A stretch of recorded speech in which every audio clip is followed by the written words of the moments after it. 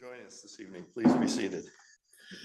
And I trust while you've been waiting for us, you had the opportunity to read our acknowledgement to our friends and neighbors in the Squamish, Tsleil-Waututh, and Musqueam, and also enjoy the beautiful new art. Just before I call the meeting to order, I'd like to thank all of those people who were able to join us last Monday at the parks dedication at the foot of Nelson Canyon. It was Nelson Creek. It was really a wonderful day, and it was made particularly special by the students from Eagle Harbor School. And I just have to give a real shout out to those young people and to Stephen Price, who was the teacher that brought them along. Really fantastic. Also, I'd like to just comment, we've been seeing quite a bit of correspondence regarding the skate park out at Glen Eagles. And we're very grateful for all of the input and thoughts and enthusiasm. And I would just ask everyone to understand that we're in the inputs seeking stage right now. No decision will be made without it coming forward to council and having an opportunity for full community input at that time. And I firmly believe that all of the input that we've been receiving is actually going to lead to a very good outcome. And I think the same is true for our new building out in Horseshoe Bay. There's been lots of posts on that, and I'm glad people are excited by that facility. We do have a wonderful group of volunteers who sit on a committee that have been tasked with looking at how the building could be best utilized. Their recommendations and any other public input will also come forward and be fully discussed here. And so we'll encourage people to be involved. We are very excited about this new facility. So I'd like to call for a motion to approve the agenda. Councillor Thompson. I'd like to recommend that the April 14th, 2025 regular council meeting agenda be approved as circulated. Thank you. Councillor Lambert. Call a question in favor. Motion is carried. Thank you. Item number 3. We'd like to welcome the North Shore Community Resource for a presentation. Good evening, sir.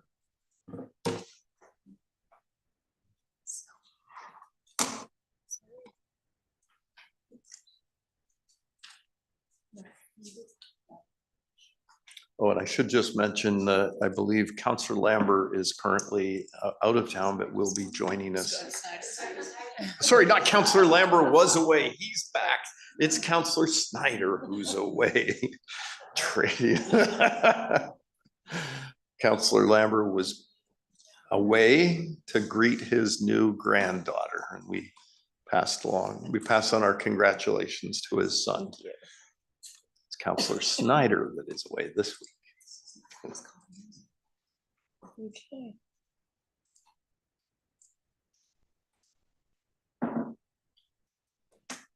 Okay, I think we have the tech issues resolved. Thank you, and good evening, and Mayor and Council. It's always a pleasure to be here before the District of West Vancouver Council. My name is Murray Mullard. I'm the Executive Director of North Shore Community Resources, and really this is an opportunity to just give you an update about our work, how we work with many partners, including the Council and your staff in the District, to really enhance the well-being of the community members that we all serve.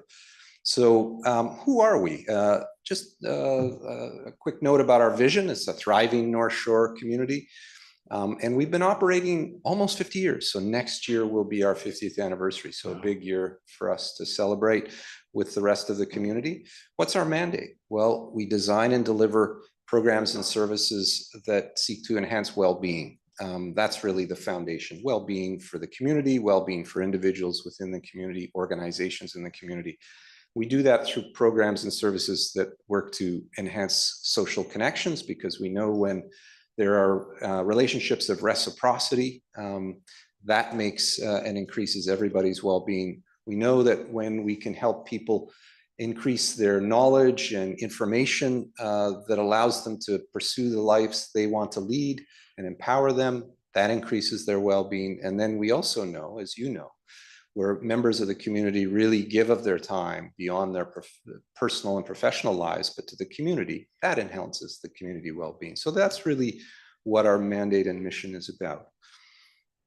So who are we? Well, we're a not-for-profit society, a charity under CRA. And we have a diverse board of 13 community members who are our directors, who come all across from the North Shore. Several of them live in the district of West Vancouver. We have probably more than 36 professional staff now, but 37, 38 professional staff, part-time, full-time.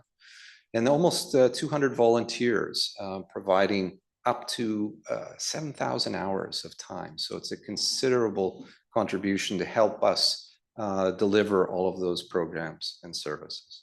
And we just have to ask the question, who are all those people having so much fun? That's a staff event with some of our directors and our staff. So yes, we took a more serious photo, and then we had to take one that people were looking happy and authentically. I think they were enjoying having a good time. Who we serve. So we serve people and organizations from Deep Cove to Lions Bay, including obviously our two First Nations, Tsleil-Waututh Nation and Squamish Nation. Really all ages, from really before a child may be born, because we do a lot of work with families around childcare that are looking for childcare, but up to our oldest senior members of the community. So, and everyone in between. Now, we have a lot of programs that focus on ensuring that those with lower income can access our services, but many of our programs don't have an income test at all. So it's varied, and it depends on our programs. In 2024, we had over 43,000 client contacts, which is a substantial number of connections to the individuals in the community. And we serve thousands of West Vancouver residents. So what do? We have 4 main program areas. We work with children and families in a variety of ways. I'll speak a bit more about each of these in a moment. Seniors and older adults in our community. We have a community legal services program. And then community engagement, which is really a catch-all phrase. And as I say, I'll explain that in a bit more detail. We do have an annual report that we share publicly on our website, but also we have hard copies, and we often, I believe we send one to each of you as council members. But it can be accessed easily. That gives a bit more detail about the programs that we have. Speaking of those programs, seniors programs. So as you know, many members of our community are caring for loved ones, family members, friends. It's a difficult job, unpaid. And the question is, who supports them? And so we have a program to support those individuals, because it's a challenge and a taxing job to be able to care for loved ones and family and friends. We have a Better at Home program that really is a suite of non-medical services to help seniors live in homes that they've lived in for a long time, where they have connections and community and neighbors and friends that provide a support network. We know that research shows that if we can keep people in the homes they wish to live in, their health outcomes, their well-being is going to be better. And then we have what's called our Seniors One Stop and our community connectors. Really, these people are effectively caseworkers. So can be very challenging circumstances. In the old days, we'd be more of an information referral service, but now we're really taking on either seniors or sometimes the family members of seniors who have perhaps housing issues, perhaps finance issues, perhaps health issues they really need help with. And our community connectors will be there to effectively work as a caseworker for them. We have a community legal services program, as I say. We have legal advocates. I call these folks, they do what I call basic necessities of life law. So helping tenants with housing, helping those with employment issues or debt issues, or where they have income assistance challenges and they need assistance doing those. So very basic, fundamental pieces that they need, housing and income, to be able to maintain basic standards of living. We have a family law advocate. As you may know, 50% of relationships will end at some point, and so it's a very large almost often unmet legal aid need in the province. And so we have a family law advocate that assists individuals. And then we do some information and referral around things like immigration, sometimes wills, estates, etc. All pro bono. This doesn't cost the community anything. So children and families. So we are the child care resource and referral agency for both West Vancouver and North Vancouver. And this really is helping families both connect to childcare, to understand what their childcare needs are. Not every childcare fits the needs of a particular family. So we help educate families determine what kind of childcare they look for and then connect them to those opportunities. We work with early childhood educators to help in their professional development so that they're able to continue to provide really great childcare, and then working with childcare facilities as well, because they face a variety of challenges that we assist them with. We have a community action program for children, which is a federally funded program that really seeks to help those in the community, perhaps newcomers, perhaps lower income families that really need supports, and connecting them to those supports in the community. And then we have something called an intergenerational Mother Goose program, where we bring new parents with their infant children into seniors residence and let the seniors really be partake in that. And it's a really wonderful thing to participate and see.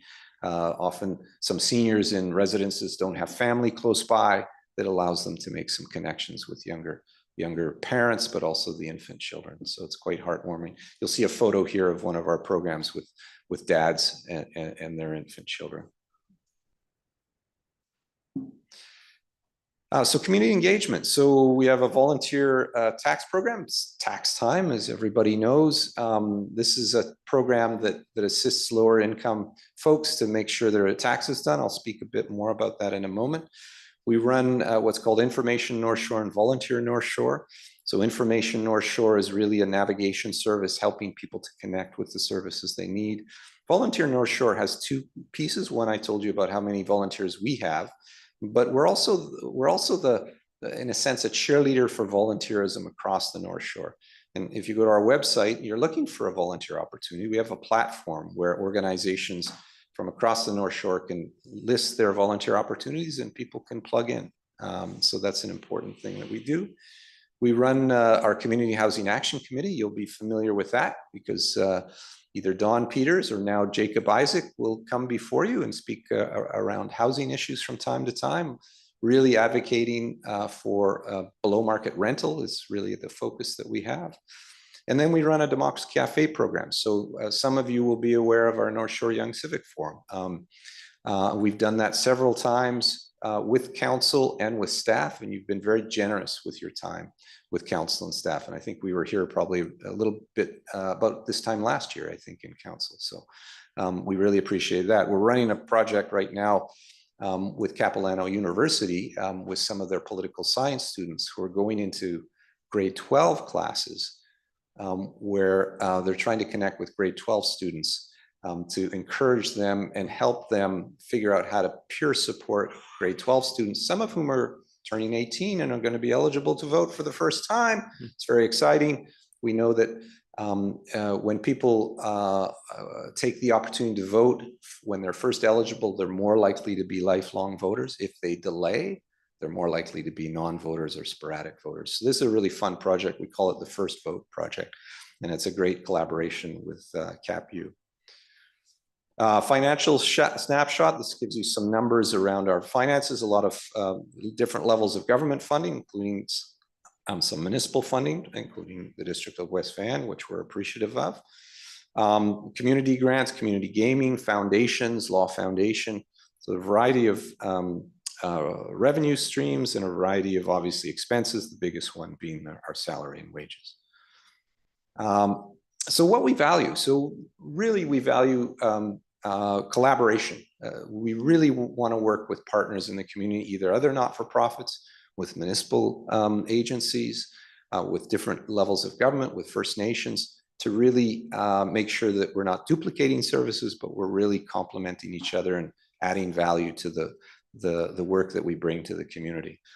We value wraparound services. So if you might come in for childcare, we might learn that you're you're currently separated, you might need some family law advice. Our family law advocate might learn that you haven't done your taxes. We send you down to the tax guy down the hall so that you can, so this is an example, and there's a variety of different examples where we can really serve people in many different ways. We can't solve everyone's issue, and there we will refer people out. But it's really important for us to try to serve as many needs as the people who walk through our door or call us. And then impact. We want to make sure that we're benefiting the community. And so each of our programs has an evaluation framework where we assess the work we're doing to make sure that it does have an impact. I'll just speak about the income tax service again. This past year, over 800 clients, over $300,000 back through refunds back into the pockets of those clients, which is a huge poverty reduction, poverty prevention effort. Now they're eligible for income assistance. If you don't do your taxes, you cannot be eligible for income assistance. So it really, and that's with hundreds of thousands more. We're working with Squamish Nation members to make sure that they have their taxes done as well. So, but each of our programs has to have this beneficial impact, make sure that it does. That's it. I just want to say how much we appreciate working with you and your staff, because we do work with your staff regularly. And I look forward to any questions, if you have any questions for us. Thank you. Great last photo. It is. It's a nice one. Yeah. Mr. Muller, thank you very much. That was very comprehensive. So I'm not seeing any questions, but I think we will express our most sincere thanks, and I'll ask Councillor Gambioli to do that by way of a motion. Absolutely. So thank you, Mr. Mollard. You have such a huge range of positive services in the community, and you're still physically located in Cap Mall, right? On the second level? Yes, we are. Up the Yes, we are. escalators? Yeah. In fact, our tax service is a storefront this year, which we're really happy about because it makes people can see us more. We're more accessible that way. So that's a little bit of an innovation that we've done this year. That's a huge service. We also have one of our childcare resource and referral offices is now actually located in West Vancouver as well, to make it more accessible for families looking for childcare as well. So that's something new. Where is that? In Dunderave. Dunderave, Yeah. okay. Yeah, I can send the coordinates, but it's on the second floor of one of the buildings along the High Street area there with the Okay. shops and services. So, Oh, yeah, Didn't Good know to that. hear. It's good Yeah. to know. yeah, Good we're to pleased know. to be there. Great, thank you. So I will officially recommend that the delegation from North Shore Community Resources regarding North Shore Community Resources update and presentation be received for information with thanks. Thank you, Councillor Cassidy. Thank you.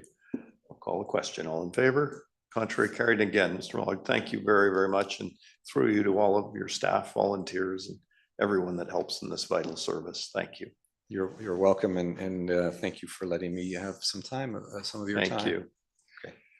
And we'll now move to item number 4. We have a staff recommendation for Glenmore traffic calming. And Mr. O'Sullivan and Ms. Muller, are you providing us with a presentation this evening? Or is it the motion that is before us? Staff have prepared a really brief presentation to accompany the report, but we're happy to. Well, for the it's up to benefit of council. those who may be here on this subject, let's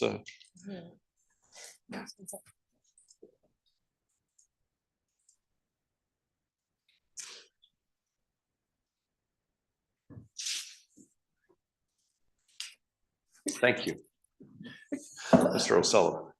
Thank you, Mayor and Council. It's a pleasure to present this to you tonight on traffic calming on Glenmore, Glenmore Drive.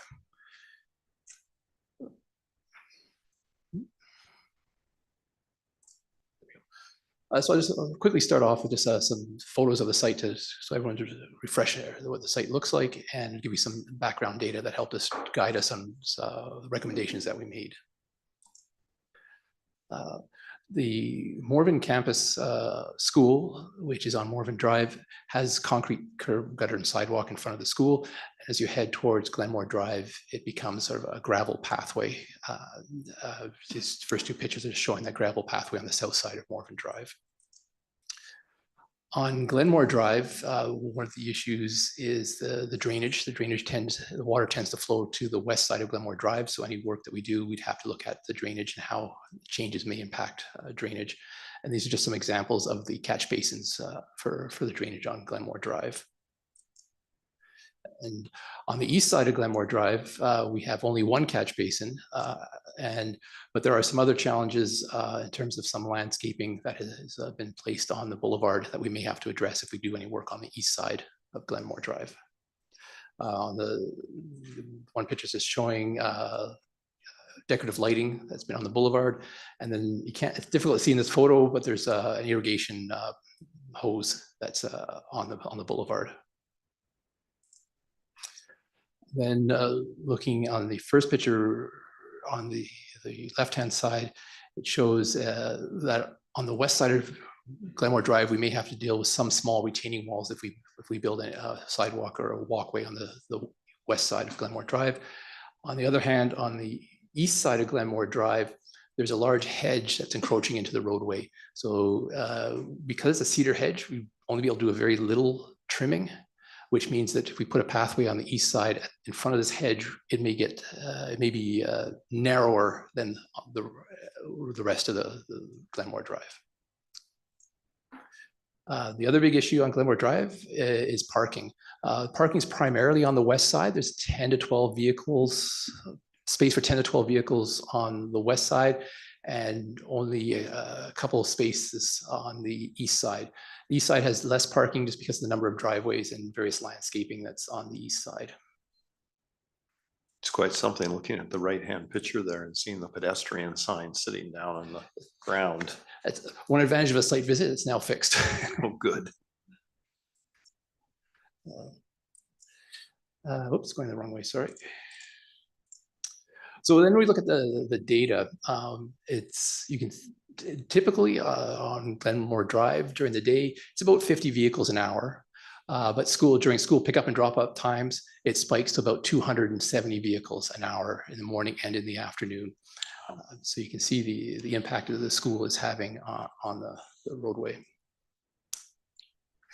Though when we looked into detail on the speeds on Glenmore Drive, we're only seeing less than 0.2% are going faster than 60 kilometers an hour.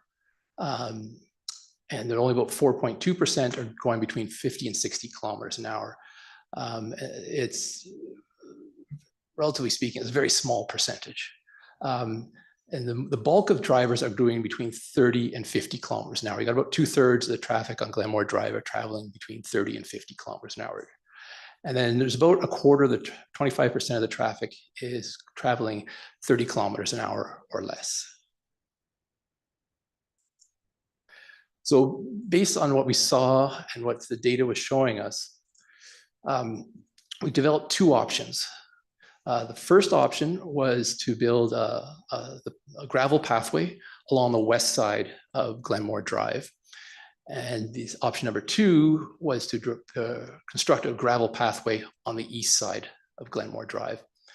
And then for both options, we looked at raised crosswalks at the Morven Drive, Glenmore Drive intersection, as well as at the Lower Baden-Powell Trail crossing. And then also looking at rapid flashing beacons on Glenmore Drive at the two raised crosswalks. The advantage of the rapid flashing beacons is not a lot of lighting on Glenmore Drive. So the rapid flashing beacons are like the flashing lights on a fire truck. They grab drivers' attention, and research has shown their drivers are much more likely to come to a stop and yield to pedestrians trying to cross the road when there's rapid flashing beacons. And so it's one of the tools that we're using in our toolbox to improve pedestrian safety. In addition, we're looking at putting an edge line along Glenmore Drive. So that would clearly define where vehicles should be and where pedestrians will be. The other, wherever we put the gravel pathway, one thing we'll have to do is ban parking. Because the gravel pathway, if you have cars driving on it or parking on the gravel pathway, you'll damage the pathway. It'll compress and squish, create potholes, ruts in the gravel pathway. So whichever side we put the gravel pathway on, we'd have to ban the parking. So what we ended up doing is we're recommending putting the gravel pathway on the east side. We felt that would have the least impact to parking and the least impact to road drainage.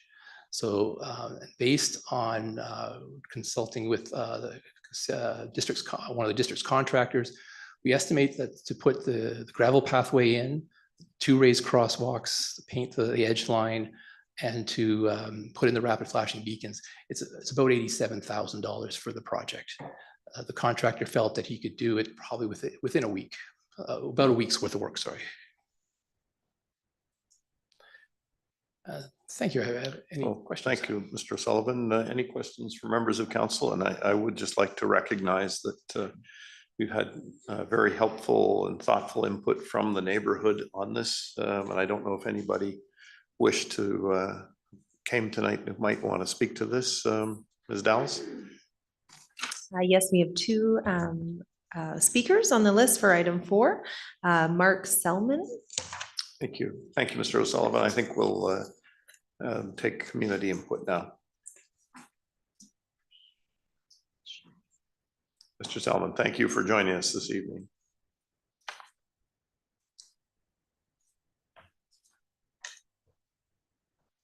Thanks very much. We appreciate the mayor and council agreeing to have community input. And I wanted to express my appreciation to Sean Sullivan for coming out and meeting us on site for the thoughtful report, which I think came up with a better solution than the one we were discussing in the on-site visit. And I also wanted to thank the members of the task force, which include 2 councillors and the mayor, who met with community representatives and the school to try and come up with solutions. And that's councillors Watt and Cassidy, and I do thank both of them as well. Thank you. Thanks for fleshing that out properly. I do have a question about the report. And that is that there were, the task force was struck. It came forward with 3 recommendations that all parties agreed to. One was to address this issue on Glenmore that you've heard the report on. The second was to make Morven one way in front of the school. And the third was to restrict parking along the park on Glengarry Crescent by the tennis courts. And the report spoke eloquently to the Glenmore issue, and I think is a very good way of addressing that. It didn't mention the other 2 at all, and I don't know whether that's because they were rejected or because they didn't require any kind of significant expenditure. So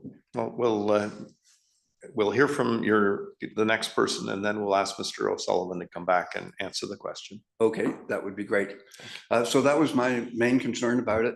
We're generally in favor of the report, and Rob will speak in more detail to that.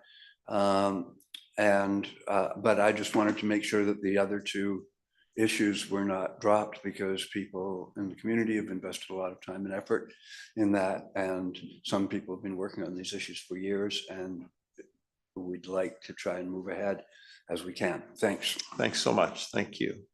And the next speaker. We have Robert Nellis. Mr. Nellis, thanks for joining us this evening, and thanks for your input through the committee as well. Thank you, Mayor Sager and councillors. I appreciate the chance to comment on this and the previous times that I've spoken about Glenmore concerns. I'd like to thank Sean as well for the thoughtful report.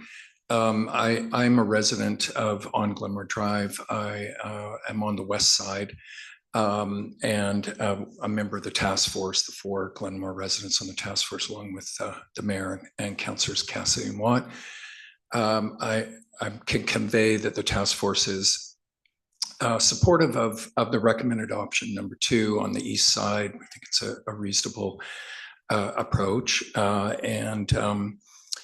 In terms of the hedge, and I can confirm at units 17 and 19 that Sean spoke of, the hedge that might be cut back, that the owners are both, one is Emile Fung, who's on the task force, the other unit 17, I've spoken with her. She has no concerns with that.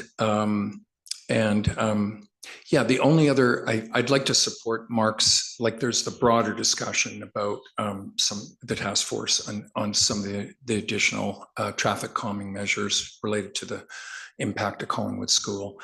So I'd like to support those 2 elements that Mark has spoke to, and I'm hoping there's a broader discussion about that, potentially with Sean or at a later date. And then lastly, I would just like to comment that at least the 4 of us still feel that a 30-kilometer zone would be appropriate. And I understand from Sean speaking, and I'll let him speak, but like there is, I think, a general hesitancy to, I think it's distance, location, and people sort of ignoring it if you have a 30-kilometer zone for too long. But I would just potentially like to, or we would like to, still request a 30-kilometer zone that was closer to Baden-Powell, just recognizing that Baden-Powell, the back entrance, is the back entrance to the school. And it is quite a short distance, like I'm not sure in terms of measurement, but it is a kind of de facto entrance to the school.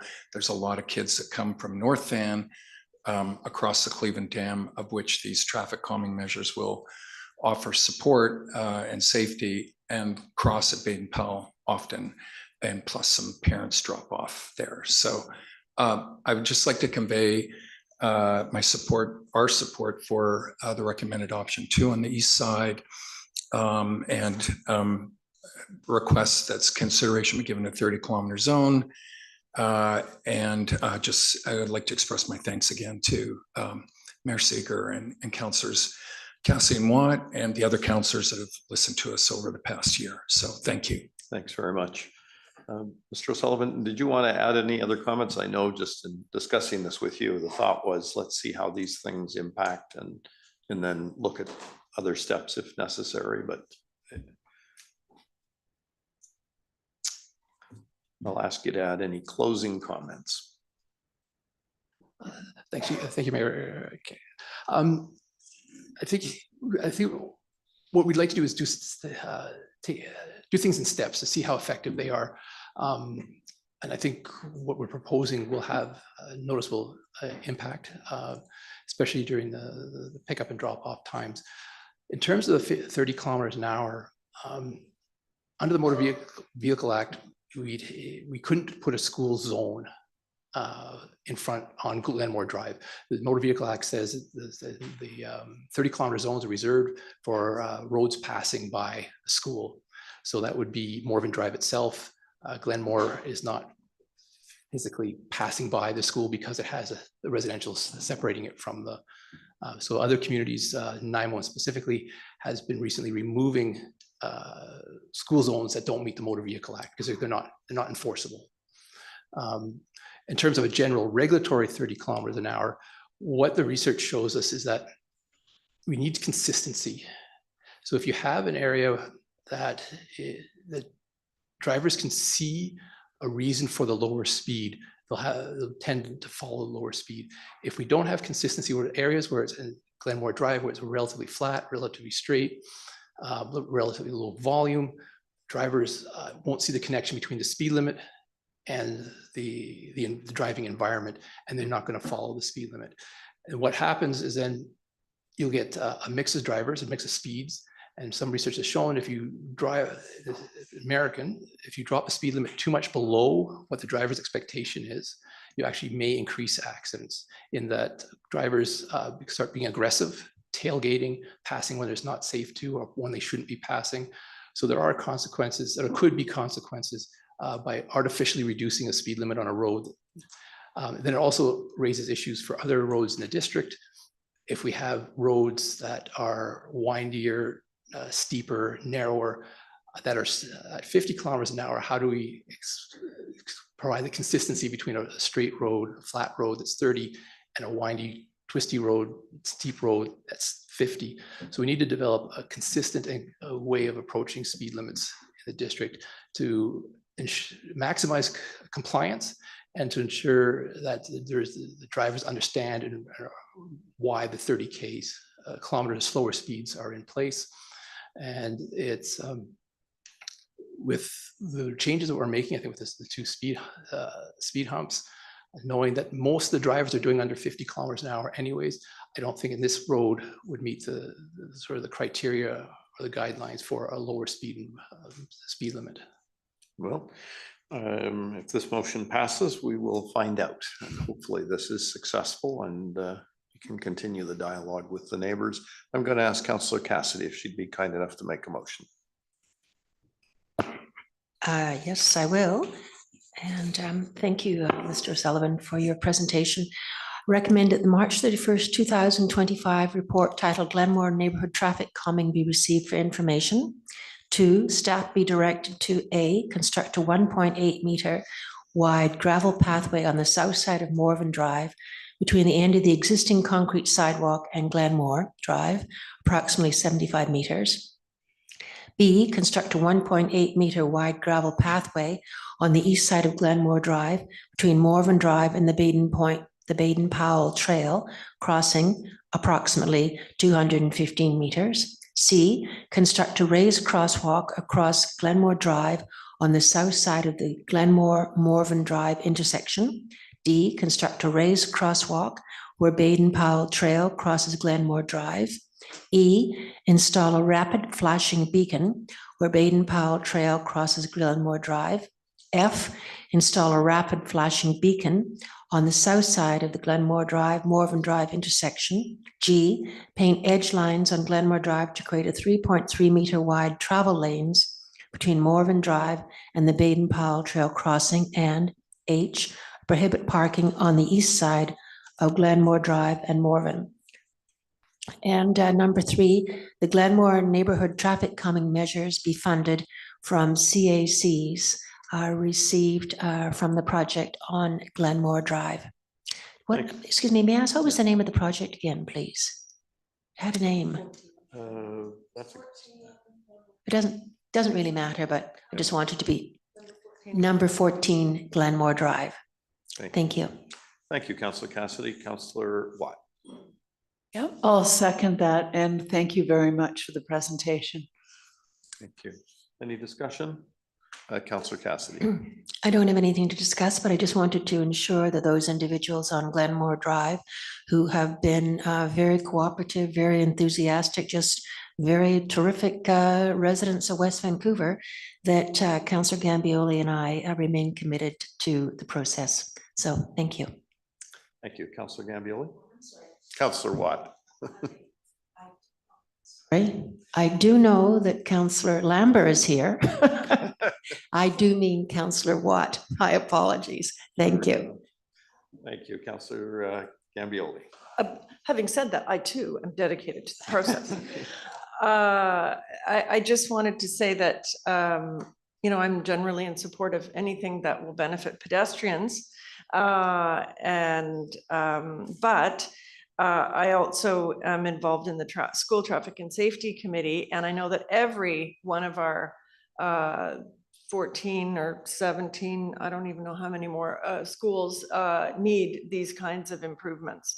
So before everybody starts calling us saying we want the same, I have to point out that fortunately, because of this new development in the area, we have $200,000 in community amenity contributions to be able to be used. So that's just lucky in this case. But also that ever since I've been on council, so since 2011, this school traffic and neighborhood concern has been on the agenda. So that's, you know, coming up on 14 years. So I think it's definitely time in this case that this is an unusual situation. And I will say that our biggest mistake was selling this school in the day. That goes way back, but I think the school board benefited more than we have on that decision. But anyways, I'm happy to support this, but it's a bit of a one-off, and that's the current situation. Everything's aligning, but anyway, thank you, staff and the residents, for all your work on this. Thank you, Councillor Gambioli. Councillor Thompson. Thank you. Yeah, I just wanted to reinforce a lot of those comments around, this is really a great situation where you've got community members that get together, brainstorm solutions and work with staff and have a couple of councillors advocating. And I just wanted to reassure you that we hear that you perhaps are looking for more other solutions as we move along, but I'm really pleased to take this first step and see how it goes. Thank you, Councillor Watt. Yeah, thank you so much. And again, I really appreciate your work in it, Sean. And these residents have been really exemplary fine examples of, committed, cohesive group of residents to work with. And I feel that this is a really good example of what can happen when council, staff, and a group of organized residents work together, looking out for the best interests of the community. So thank you very much. Thank you, Councillor Watt. And with that, I'll call the question. All those in favor? Contrary, the motion's carried. Again, Mr. O'Sullivan, thanks so much. And now if we could go to item number 5, the Youth-Driven Committee, Councillor Thompson. Okay. I think I'm welcoming them to There's come. a presentation that Yeah. will be forthcoming Yep. here.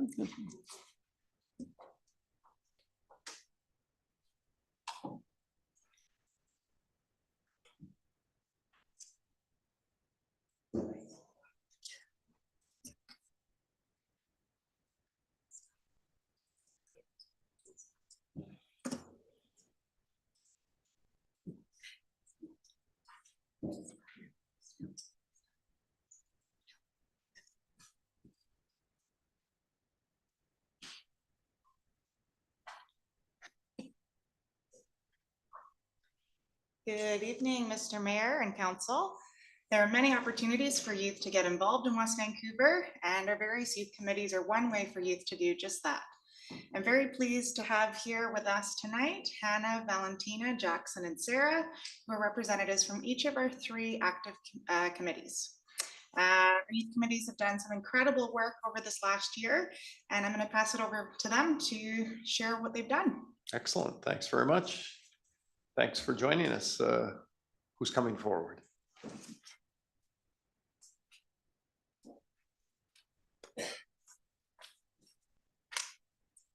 Good evening. Thanks for joining us. Good evening, Mayor and Council.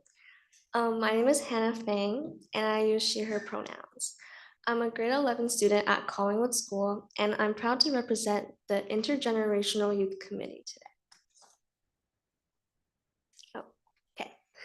The IYC was formed after the COVID pandemic, and at that time, Feed the Need was created to raise money for seniors in West Vancouver struggling with food insecurity. And ever since then, we have been actively fundraising for the cause. The IYC's main goal is to build connections between generations and give back to our community. This year, one of our main goals was to continue to build meaningful connections between generations, especially with seniors, through shared experiences and initiatives. During the holidays, we sold handmade Christmas cards and other crafts at the Seniors Activity Center Holiday Market. We were also lucky to receive generous donations from local businesses, which helped us run a raffle that raised hundreds of dollars for Feed the Need. Beyond fundraising, we have been focused on bridging the gap between youth and seniors. Just a few days ago, we hosted our annual Speed Convos with seniors, where we got to exchange stories, experiences, and valuable advice with each other. It was a great reminder of how much we can learn from other generations. Being on IYC's past couple years has been such a meaningful experience for me. It's helped me meet and build connections with people I usually wouldn't and make an impact in our community. It's also shown me the value of intergenerational connections. We look forward to hosting more events in the community to continue to bridge the gap between generations. Thank you. Thank you very much.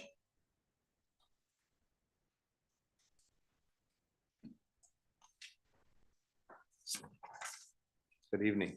Good evening, Mayor and Council. My name is Valentina. I go to Sutton Secondary School and I'm in grade 10. I'm a member of the Whatever Committee, or WYC, which is a safe space for 2S LGBTQIA+ youth and allies. WYC does many supportive stuff. It is inclusive and aims to help youth meet new people, find out new stuff like upcoming community events, and participate in volunteering and have opportunities to be part of the wider West Vancouver community. WYC aims to make youth feel included and supported, and the discussions we have about identity and mental health and resources help keep the youth safe. Many people can misjudge youth incorrectly, and many youth and trans youth and allies are bullied and mistreated and fearful for how they will be accepted. Being proud of who you are in a community like Whatever gives youth an opportunity to find friends, express themselves, and be who they are in a safe space. Doing work through the Whatever community give youth these opportunities and more to be confident in themselves, learn leadership, and help out in the community. Whatever connects youth who identify as 2S LGBTQIA+ to other youth and allies, to resources and supportive staff. The staff here are great. They're kind, supportive, understanding, and open-minded, and they're always here for me and other youth. When I'm having a bad day, I can show up and know that I can go for a walk, watch the sunset, and eat some fried chicken with the youth worker, and I can talk to them about my struggles and anything, which is amazing. I have been able to reach out when I felt on my own, and I feel that the support of the WIC and the youth services has helped me avoid crises around mental health for myself. And it helps me educate myself and get the support I need so that I can concentrate on school and other parts of my life. And I know that other youth have found support and help too. One of the best things about the Whatever Committee is that it organizes amazing events and trips like Tubing or Pride Pajama Party, which was funded by the Enhanced West Van, where we got to use the gymnastic area and art studio at the rec center. These not only mean I get to meet new people, but I have things to look forward to and learn new skills. Through the Whatever Committee, I have improved many aspects of my life, like finding my own identity, being confident with mental health, and I'm very grateful for this committee and the opportunity it gives me, which I can't wait for the next meeting and events. Thank you for your time. Thank you very much. Thanks for sharing.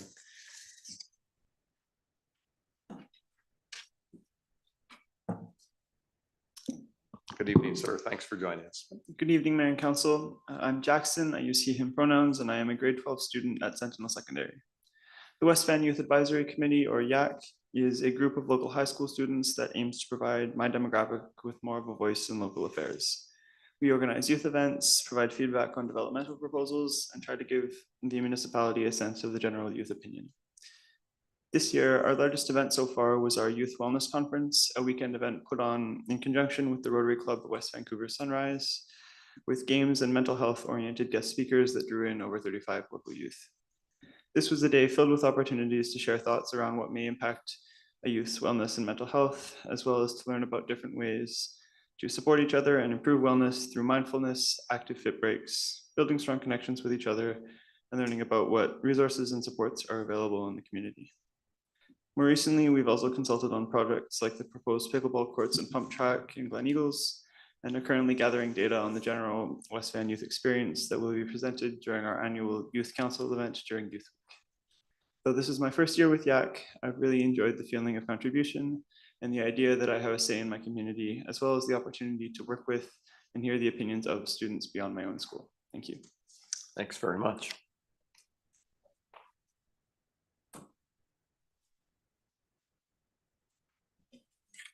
Good evening. Thanks for joining us. Good evening, Mayor Council. My name is Sarah. I'm a grade 11 student from West Vancouver Secondary.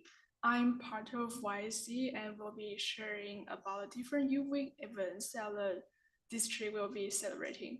So first of all, we have an open mic night on April 25th at the Youth Hub, and the youth are invited to share their musical talents playing or singing at the open mic night, which is organized by the Youth Run Club, No Show Live from Rockridge Secondary School. And we will have a Shrine Bride Youth Drag Night on May 1st, still at the Youth Hub. And the Whatever Youth Committee invites all to LGBTQIA+ youth and allies to come down to learn about how to express themselves, gain confidence, be creative, and share some food in partnership with No Show Pride Alliance, with a special performance from a local drag performer. And on May 2nd, we have a youth recreation night at the West Vancouver City site. The district youth service team will host a variety of free recreation opportunities for preteens and youth, and activities offered will include free swimming at the Akoti Center, free access to the weight room, as well as food and socializing in the youth lawn. And on May 3rd, we have a gaming tournament at West Vancouver Community Center, and youth are invited to a gaming tournament series featuring board games and video games, and all gaming abilities are welcome to enjoy the fun. And there will be plenty of great prizes to give away, pizza, snacks, and lots of fun. And on May 6th, we have a youth council meeting right here. And the YAC, mayor and council, interested family and friends, and staff are invited to the annual youth council meeting. And the YAC members will prepare and deliver a mock council meeting and address the topic to importance to West Vancouver youth, followed by an opportunity for mayor and council to ask questions and provide feedback at the end of the meeting. And on the same day, we have a youth appreciation award session outside. It's celebrated each year in conjunction with BC Youth Week, and this event recognizes exceptional youth who exemplify a strong commitment to giving back to their local and global communities. And youth award recipient, mayor and council, and interested family and friends are invited again to join staff at Municipal Hall here to celebrate the youth outstanding achievement. In addition, certificates are awarded under 3 categories: youth recognition, community enhancement, and outstanding youth team. And staff are proud to celebrate these local youth and their significant achievement through this program each year. And lastly, on May 10th, we have a 3-on-3 basketball tournament at the West Vancouver City site, and you will be invited to sign up and play in a 3-on-3 basketball tournament for chances to win prizes and bragging rights. And on behalf of the Youth Advisory Committee, thank you for being here and listening to what we had to share. Sounds like fun. Thank you very much. Thank you. Thank you, Mr. Mayor and Council, for your time this evening. The youth and I would be happy to answer any questions that you may have. Thank you. Well, they all did excellent presentations, and we thank you very much for joining us this evening. Not seeing any mics on, so I'll ask Councillor Thompson. I think you're going to make a motion. Yes, I make a motion to sign the mayor up for open mic and the basketball tournament. I have a couple of questions. So I understand these are all very well attended when we open up our swimming pool and weight room for free access and the open mics. Do you have a sense of numbers that you could share with us?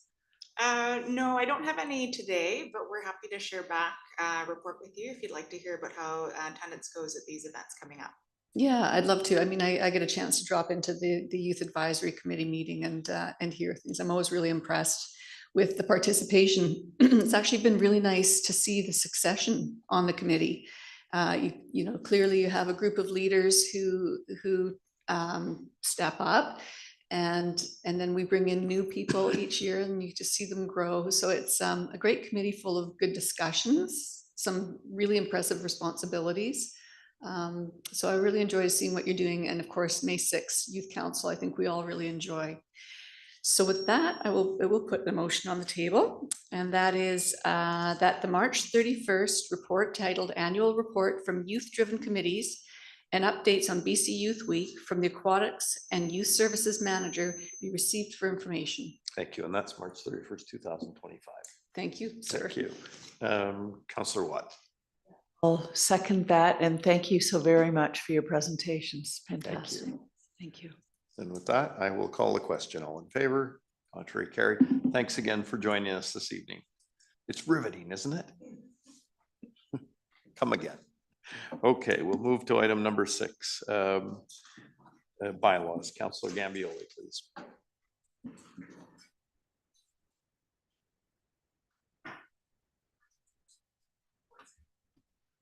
Do we have a presentation?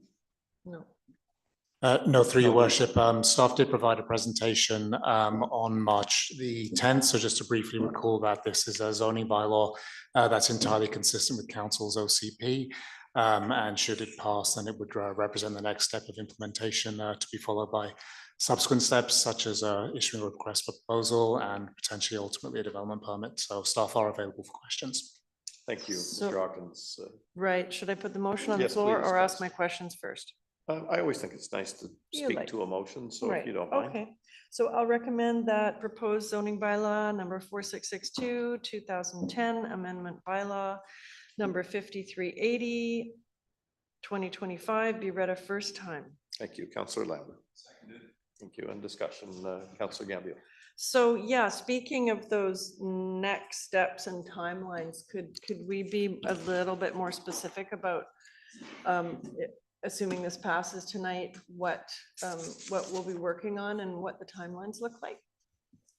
Through your worship to Councillor Gambioli, not highly specific, but should council pass the zoning bylaw, then essentially this file would move to the Chief Financial Officer's unit in terms of issuing a request for proposal, evaluating any proposals that were received. It would then return to council as a closed item because it does involve the potential disposition or leasing of public land. And then should council invite a more detailed application. So I think we could measure this in months, but I wouldn't want to be more specific than that. Right, and you just said leasing public land, right? Did you say some- It would be for council to determine if they were interested in a long-term lease or outright disposition. Right, so that's, I guess, my question. We can't really do an RFP before we decide that, can we? Through your worship, the RFP could be structured to provide opportunities for people to submit bids based on their different business models. So council will be able to receive bids that, for example, provided different tenures from outright strata to market rental, seniors below market rental, and it could be similarly structured with respect to the underlying use of the land. Council could obviously, through comments this evening, provide a clear direction to staff that it is indeed a lease form that you're looking at. But I think the first step is to pass these bylaws so that we know that. Okay, so we'll have time to converse when this part is done. I think that's essential. Okay, well then I'd like to talk about that after. Okay, so yeah, my part's done. Okay, is there any other discussion? Councillor Cassidy. And so I understand from the last time this came forward and I asked the question, would we, and I do understand the concept of the height that is under the current zoning by the way of the OCP, but we are not technically speaking restricted to that. So in other words, you could come back before council and contemplate other heights. Through your worship to Councillor Cassidy and consistent with my colleague Michelle Maguire's comments a month ago, nothing in this decision tonight precludes any future council decisions. So as was provided to council last meeting on this item, council could use the development permit process or issuance to vary height. And council could also ultimately choose to amend the OSP or the zoning based on the proposals that it receives. Thank you for clarifying that. Thank you.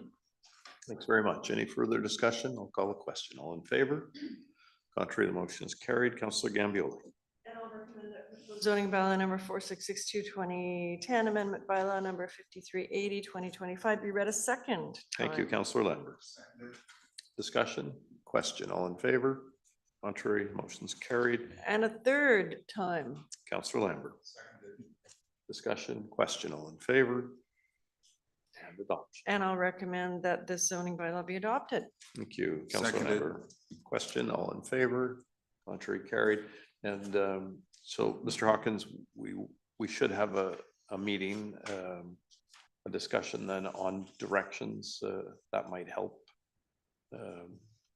Yes, through your worship, staff's recommendation, would that be correctly conducted in a closed format in terms of any shaping of the financial and land considerations? Okay. So sorry, you're saying that discussion would be in a closed meeting? Through your worship, typically under community charter, then specifically financial or land matters are at least initially discussed in a closed environment. But whether the property is leased or whether it's potentially being sold, that's not really a closed matter. Should that be a closed matter? Well, it's a good question. I think the history of the community is we tend to not want to sell community property, that we prefer a long-term lease. Ms. Dallas, do you have a suggestion? I was just going to add to Mr. Hawkins' comments that the community charter does provide for provision for the acquisition and disposition of lands to be held enclosed. So once we decide if we're selling it, but not if we decide to ask for proposals,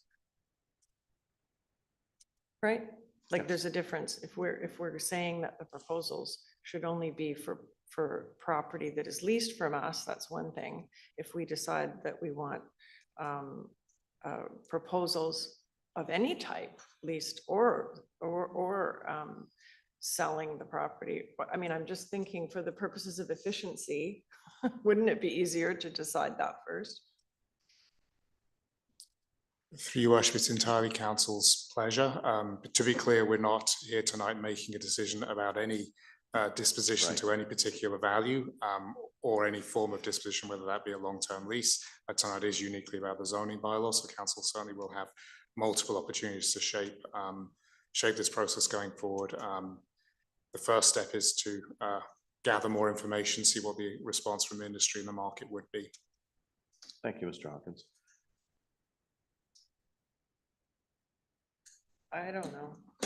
I mean, I would like to be able to say that we're not selling this land. We want to lease it and we want to look at offers to lease the land. Well, I think if the recommendation we're receiving from staff is that we have to make that decision in camera, we could do that and then we could release that immediately to the public so people don't waste their time. Recommendation from staff. Sorry, Councillor Lambert. Yeah, there's also the argument to be made to go forward to a request for proposal for either sale or leasehold. And I know that Councillor Gambioli personally doesn't agree with that, but the value of doing that is that gives the market a better opportunity to present options to us. And because we don't know at the moment how they would respond, particularly in this market, to this particular offer.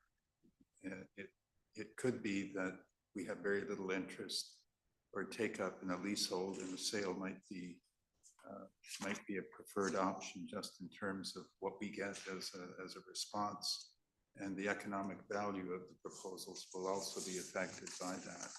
So I know there's a philosophical point of view, but in soliciting proposals, that doesn't mean that we would necessarily accept only one, unless that was a decision. But then again, we can have that discussion in a closed meeting if we want to limit the scope of the RFP. Councillor Gambioli? But don't we think that's a big waste of staff time and the community's concerns to, not decide and to ask for proposals from everyone and to go through all those proposals and have to chart them and compare them and whatnot? I mean, that sounds like a not very efficient process to me. Mr. Hawkins, you're, Three worship.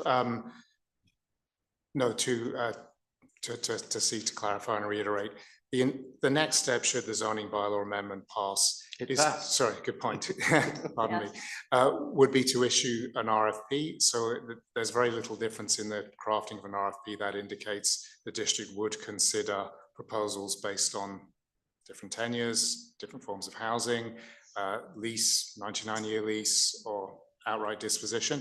It simply provides council with more information to then evaluate in a closed meeting prior to the release of any public decision. okay, Councillor Cassidy. So on this subject, I actually agree with Councillor Lambert when you're talking about public land and when you're talking about the financial return on those lands and public money, then I think it deserves all the time that we can give, because they only make so much land, and once the deal is done, the deal is done. So we have to give it our utmost attention. So that's where I stand on that one. Thank you, Councillor Cassidy. Well, we have the motion. The zoning is passed this evening, so we'll look forward to some direction, Mr. Hawkins, sooner rather than later as we're moving this along. We also have an issue. We do have a tenancy, I think, that has to be considered as well. Thank you. Item number 7, Councillor Watt, and I recognize two members of our staff who are here this evening, and I think the motion is going to be to ask them for a little more work on this subject. Councillor Watt. I'll start by reading the recommendation. No, I don't. Well, I'm altering it. Oh, I see. That the proposed official community plan bylaw number 4985/2018 amendment bylaw number 5375/2025 be modified by replacing any one policy guideline 3D, page 93 of Schedule 2, area specific policies and guidelines in the official community plan with the following text. If removal of trees greater than 20 centimeters DBH is recommended by the qualified professional for the purpose of reducing wildfire risk, and assessment of alternative options, i.e. pruning for tree maintenance, must be provided to avoid full removal where possible, or rationale provided if an alternative to full removal is not possible. District approval is required for removal of protected trees under bylaw number 4892/2016 and as amended from time to time. Replacement trees or vegetation will be required by the district for removal of any trees over 20 centimeters DBH. The district may request the applicant submit supplemental information including tree assessments and tree retention and restoration plans not be approved at this time and revert back to staff to address concerns. I want to, yes. Well, I thought we were. Or simply- just. I thought with this whole item, we were going Just, to. so refer it- remove it from the agenda, not revert back, Right. just No, I think. cut it. I think Okay. it is, at this point in time, there's been a lot of input and it may, for clarification, for comfort and everything that's going on, Yeah, we'd simply refer it back to staff for Yes. further discussion. I guess I was doing that in a rather long-winded way. It was a little. So let's long-winded. send it back, please. Okay. Thank you, Councillor Gambioli. Well, I'd like to sort of have a conversation so that staff understand some of our reasoning. There's a lot of work that's been put into this so far. So I don't know, maybe the mover and the seconder want to speak first?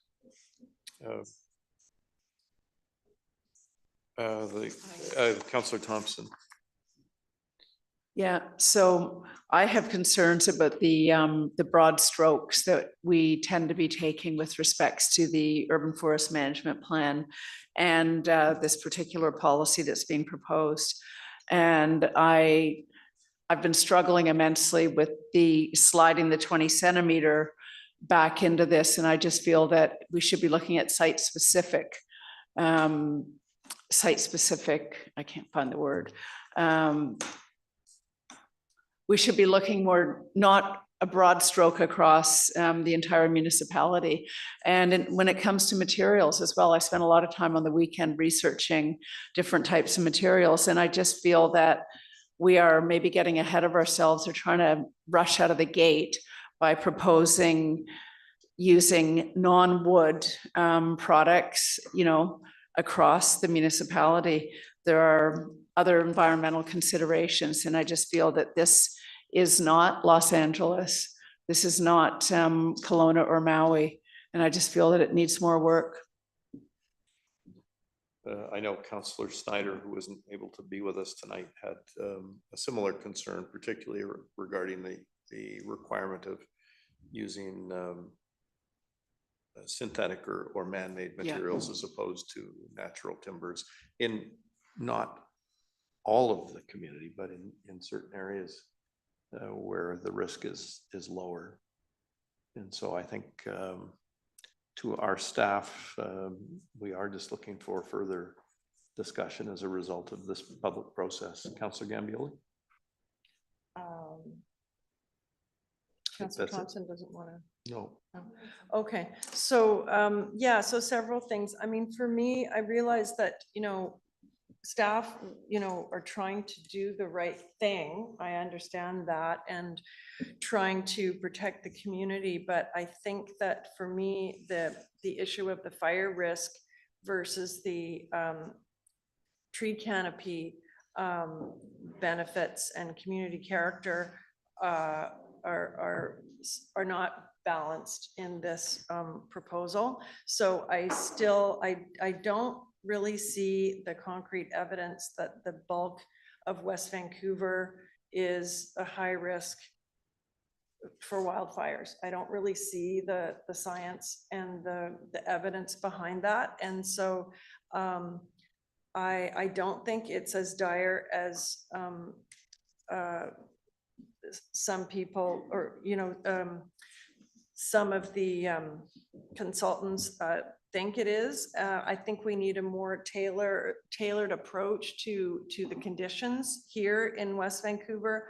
I would like to see, if we're going to move forward on this in a more tailored way, staff to go back and maybe if there's any way to say, for example, roofs have to be non-flammable, but perhaps not the entire structure of the exterior structure of the building, and perhaps the the rules around landscaping near the house could be modified. And of course, all that relates to the canopy issue, which I am really concerned about. In reality, I think we need a heat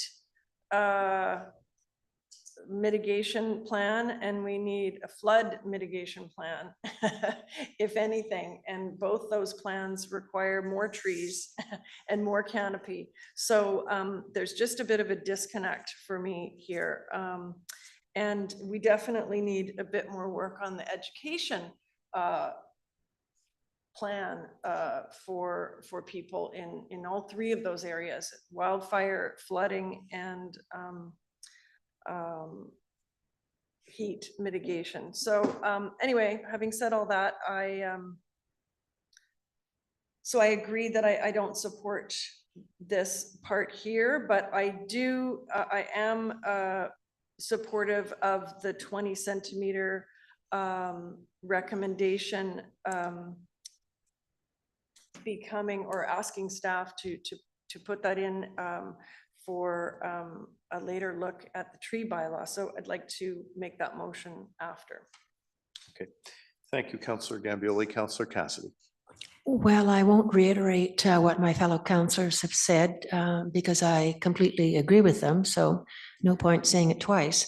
But as far as the trees are concerned, in the immediate, what I think we potentially need to be doing is going up where the logging has been done in years gone by, and checking our creeks to make sure that we don't have logs that upriver, up creek, in essence have fallen down, and through the years of debris building up and so forth, have essentially become a dam, that when we have incidences such as we had in October, these trees decide to burst, and down comes all the water and the trees.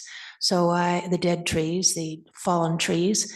And so that in the immediate is, I think, something we need to address. Because as far as trees are concerned, that was our big problem in October.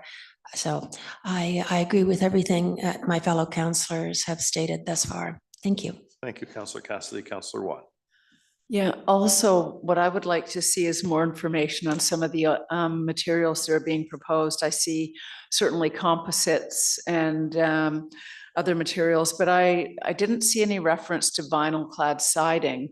And I do know that that can also prevent or present fire issues as well. So I'm not quite sure where that falls in this, but I just feel we need more information and also to try to balance, as other councillors have said, the risk of flood versus the risk of fire. Thank you. I'm going to call the question. All those in favor? Motion is carried. Councillor Gambioli wasn't on the agenda. If you wanted to try out a motion now or wait until this matter comes back. But we're not sure this matter's coming back, are we? Oh, I think there'll be further discussion. I think, yeah, I don't think this is for closing. Sorry? I don't think this is for closing, addressing fire hazard. Well, So okay, I mean, Councillor Watt just suggested that she didn't support the 20 centimeter issue. So, you know, I don't know, maybe we should get a clarification on whether people on council support that or not. So what Ms. Keith has suggested to us by email earlier today is that if this didn't, the bylaw, the new amendment bylaw didn't pass, then we could have a separate motion directing staff to incorporate the 20 centimeter tree protection size into the tree bylaw. So the motion would be that council direct staff to amend the tree bylaw by lowering the tree protection size to 20 centimeters DBH for any new development. So that's the same as what was in here. So it doesn't mean every property, it means every new development, which is currently about 50 single family homes per year, but at this time, but it could be a few more than that. New single or multifamily dwelling or commercial building for council consideration at the same time as other actions identified through direction provided by council at the November 18th, 2025. Sorry, that probably should say November 18th, 2024, regular council meeting on the implementation of the urban forest management plan. So this would be put in for staff to look at and bring back to us, along with the other suggestions that we had back in November, for staff to present to us in June or July. okay. Councillor Watt. Yeah. Is that a motion? Oh, okay. Well, it was issued on the table. I think if there's a seconder, we could continue the discussion on it. If there isn't, then I think it would come forward as staff. Could come as a notice of motion as well, yes. I don't know whether or not the council would like more staff input on this or not.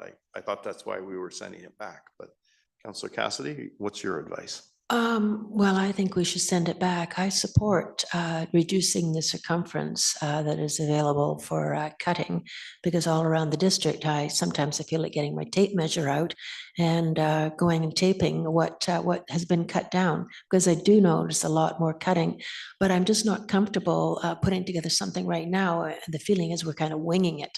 So I would rather feel that it's in essence black and white right in front of us. This is what we're doing. It's for more clarity. But just to be clear, we're not writing a bylaw. We're just simply asking staff to consider this as part of what they're already bringing back 2 months from now. And well, we then look if at it that's the again. case, I would like it a little bit more obvious in that which is being stated. I don't know, I actually Ms. thought Dallas, that- if you were able to We already capture did that to be and honest, but- give it some clarity. The motion that Councillor Gambioli read out was, I can read it again if you like, but it does capture that that the proposed amendment to the tree bylaw come forward at the same time as other actions identified through direction provided by council at its November 28th, 2024 meeting on the implementation of the urban forest management plan. Okay. Councillor Watt? Yeah, so just some clarification, because I know that Ms. Keith in the past has suggested that we don't have the financial resources to monitor 20 centimeters. And I recognize, as Councillor Gambioli pointed out, that this is only for, new applications. But again, I would like to know what the financial impacts of that are. And again, I go back to site specific, because the eastern part of the region has got significantly less forestation than the west. And I really struggle with the broad brush approach across the municipality, be it for new builds or be it for every property, because it is not all the same. Ms. Keith, sorry, I know you've put a lot of effort into this and you're feeling a little frustrated with us tonight, but. It's okay. Through the mayor to Councillor Watt. So to clarify, should the tree protection size be lowered to 20 centimeters in diameter for all developing properties? What that means is that the tree permit applications that would come along with building permit applications would be quite a bit more extensive, particularly for properties with a lot of trees. If staff should implement this using existing staff and not adding any staff, then there is an anticipation that we could have longer permit time waits. Development to avoid more trees and protect more trees would be more complex. And so there would be much more back and forth with the applicant and staff. So it is anticipated by staff that it would slow down permit time waits. I can't say to what degree. There's also the bylaw enforcement side of things for illegal tree work. When it was proposed through the wildfire DPA guideline, that was a guideline and it wasn't a regulatory mechanism. So it was more looking at site-specific approach to look at recognizing that properties were different. Should it be raised into a bylaw, then there would be that regulatory requirement, and then we'd need bylaw officers to respond to potentially more illegal tree work. I can't really say how we would have to monitor it over time, but we could work within our existing resources, recognizing those trade-offs. And what are your thoughts on, the broad differences across the municipality? The west there's a lot more trees, there's a lot more forest canopy. It's hard to find the light of day in a lot of the properties. So I struggle with kind of the same rules going across all areas. Obviously, Ambleside is far more deforested. So what are your thoughts on that? So if you are applying for to build a new house, the tree bylaw is written that trees within your permitted building envelope, so within the setbacks where you're allowed to build, can be removed without further rationale. So it doesn't necessarily prohibit someone to build to what they're allowed to build. And so even if you have a heavily treed property, it would still allow you to build within your setbacks. The mechanism, recognizing that there are properties to the west that have quite a bit more trees than, say, the Ambleside or the British property areas. The other actions that staff are currently working on is this tree density requirement. So, and I believe I've explained this to council before, is that we have looked at looking at the tree canopy over private lands and delineating how many trees should be kept on a property, or based on a property lot size. We would then require the amount of tree replacements proportionally. So what that means is if you already have quite a few trees on your property that you're retaining, you won't need to replant as many. And if you have less, then you would replant more. So it starts to even out the canopy, and it doesn't penalize ones that already have quite a bit of tree canopy on their property. But, again, the Urban Forest Management Plan recognized that most of the canopy loss on private property was due to land clearing during redevelopment. So the action from the Urban Forest Management Plan was to consider lowering the tree protection size just for redeveloping properties and not blanket across. So this is an attempt to really sort of drill down, for lack of a better word, to the problem that we're seeing with our canopy. Thank you. I see this coming back as almost a workshop forum so that members of council, we just get, I know, but we also just had a public hearing and there was lots of very valuable input that made us think about things. And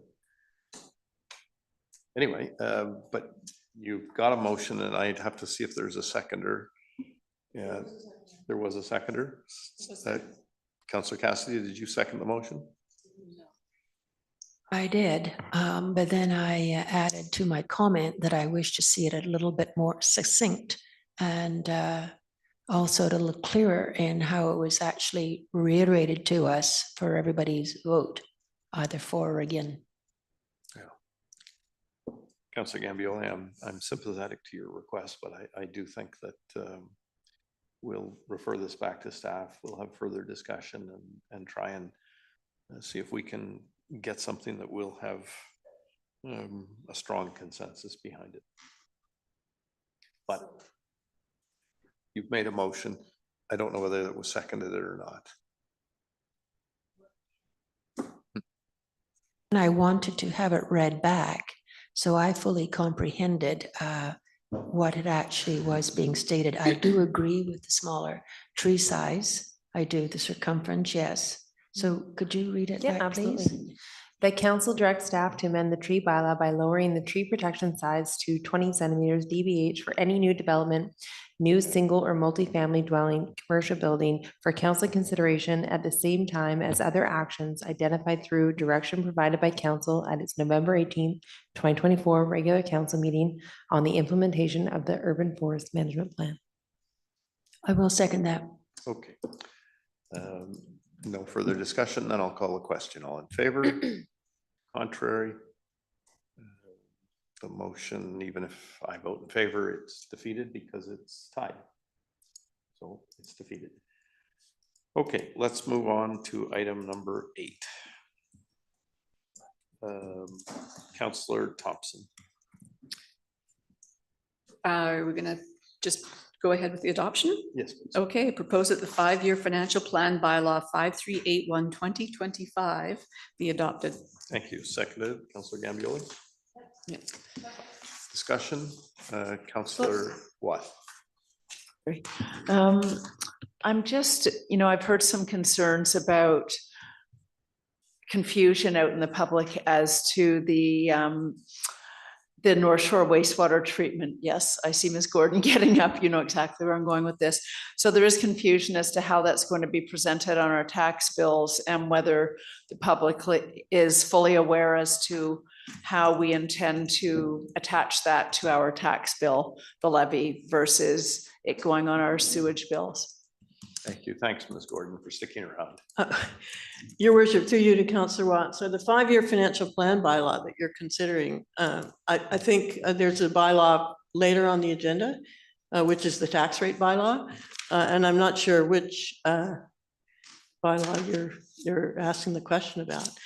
Hang on. So this I 5-year think I financial. jumped the gun. Apologies. Yeah. I was just willing us further ahead. It is further ahead. But that's the tax Yeah, I rate think it's bylaw item is 12, it's on the consent. consent agenda, item 12.1. Yeah, so stand by. Yeah.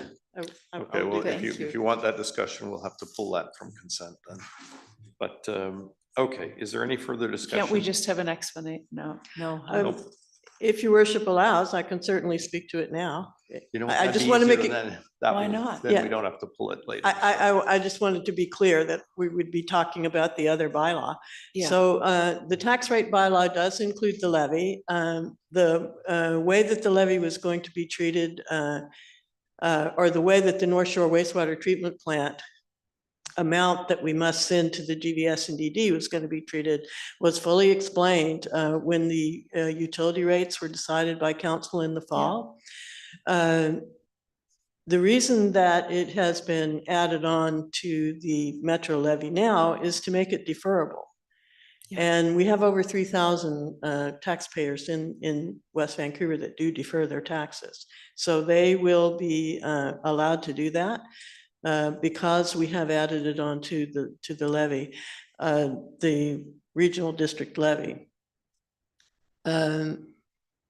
I have to say that the reason that I didn't provide the full explanation again in the report for that is because I do not want to make it too clear that the North Shore wastewater treatment plant levy is actually separate from the Metro levy. In my mind, it's not. This is not something council got to decide. This is something that the regional district imposed on the taxpayers of West Vancouver. And so, I thought it was appropriate to just add it on there. Yeah. If we show it separately on the tax bill, it actually risks defeating the whole purpose of having tried to make it deferrable. Because it would highlight that, in fact, it's there. Thank you. Yeah, I understand and I fully appreciate why we did it and obviously contributed to those conversations. So that might, excellent. And that's a good rationale. Is there any other way other than on the tax bill, other than through this meeting and conversation right now, for those that see it, that we can better explain it to the public? We have included an insert. Okay. In the tax bills, we have a tax insert, and it will be highlighted there. Perfect. I'll let people that are inquiring know that. Thanks. Thank you. Councillor Thompson. Oh, thank you. Well, you know what? I just want to reiterate that the 5-year plan, I'm really happy to get behind. I think we had a really unique discussion this year with unique input, and it was terrific to see how staff responded and council. And I think we've really done an interesting thing this year. And the plan is a plan. Thank you. I'll call a question. All those in favor? Contrary, the motion is carried. Thank you. I'd like to move to item number 9. There's a second. Quite right. Councillor Thompson, could I ask for the second motion, please? The adoption. Yep, got it. The proposed parkland development cost charge reserve fund expenditure bylaw number 5384 2025 be adopted. Thank you. And that's seconded. Discussion, question, all in favor? Contrary, carried. The completion of the park dedication bylaw, Councillor Lambert. Thank you, Mr. Mayor. I would like to recommend that the proposed park dedication bylaw number 5367 2024 be adopted. Thank you, Councillor Thompson. Councillor Cassidy, thank you. Yes, as you know, at our last council meeting, the Larson Park was pulled by Councillor Snyder, and any questions he had on the subject have now been satisfied. So I'm wondering, could you give the public some indication of when we're going to come back with more parks so that we could include a Larson Park? Thank you, Ms. Kettler. Thank you for the question. Staff are currently working on another list of parks that aren't dedicated as parks. So I would expect sometime this fall. And at that point, the Larson Bay Park will be included in that. Okay, thank you. Thank you. Councillor Watt.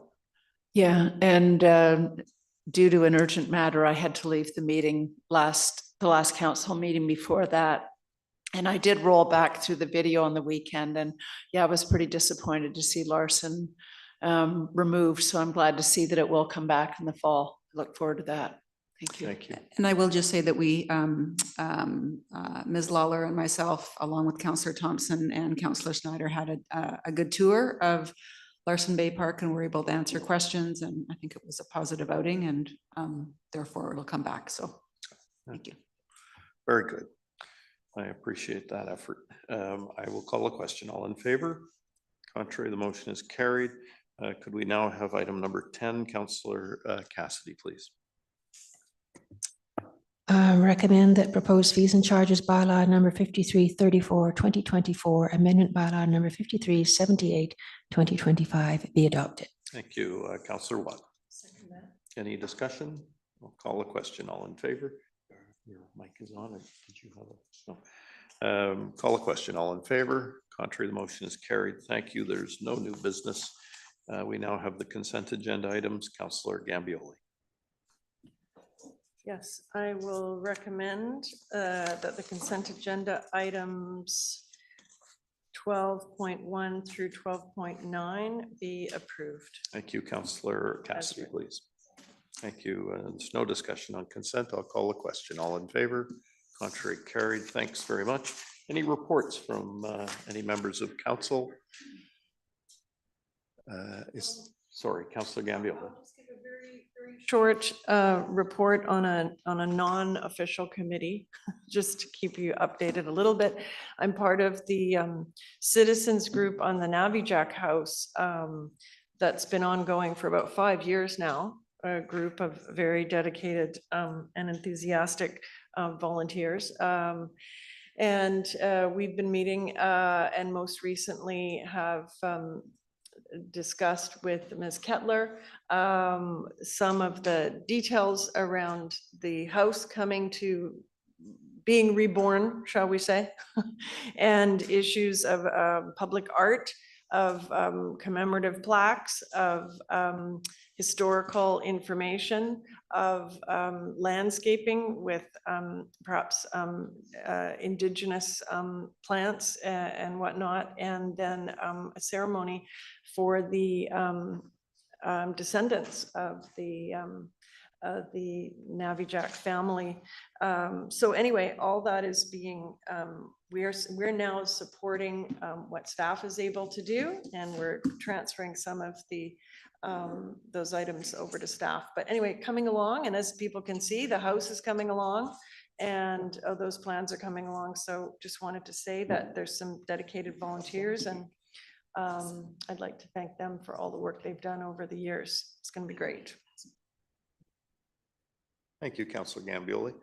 Councillor Cassidy. So may I just ask Councillor Gambioli, your group, I get asked questions all the time from the public to which I do not have the answer. So what is going to be the access point for delivery trucks to Navijack? And where are people going to be parking for the Navijack? I'm going to assume John Lawson Park, but one should assume nothing in this life. Well, yeah, I'm not, the citizens group's not Okay. really the technical advisors, but it's Mr. John Wong, who is the project lead on this But project. to our municipal manager, there is an excellent report online that really spells out a lot of details. Can you just refresh me as to where members of the public and council could see that report? Thank you, Mr. Mayor. You can go to West Vancouverite, I believe .ca. It's on there. It's also on our website. If you go to the search bar and ask for, and just plug in Navijack, you'll get the monthly updates that have been there. We do have the plans associated with it, as well as other details provided by staff. It is really quite a comprehensive report that is available online. And I too get questions and have now been referring people to that. And I think it answers a lot of the questions. So the only other thing I would just like to highlight is we did get some good news out of TransLink, and in our busiest rush periods on the 250 bus, you will be seeing increased services, which was welcome news. And that's that. Could I have a motion to receive the report from Mayor and Council? Moved by Councillor Thompson, seconded by Councillor Cassidy. And I'll call the question. All in favor? Contrary carried. Are there any public questions this evening? Thank you. Could I have a motion to adjourn? Moved by Councillor Lambert, seconded Councillor Thompson. All in favor? Contrary carried. Thanks very much for joining us this evening, everyone. Have a great night.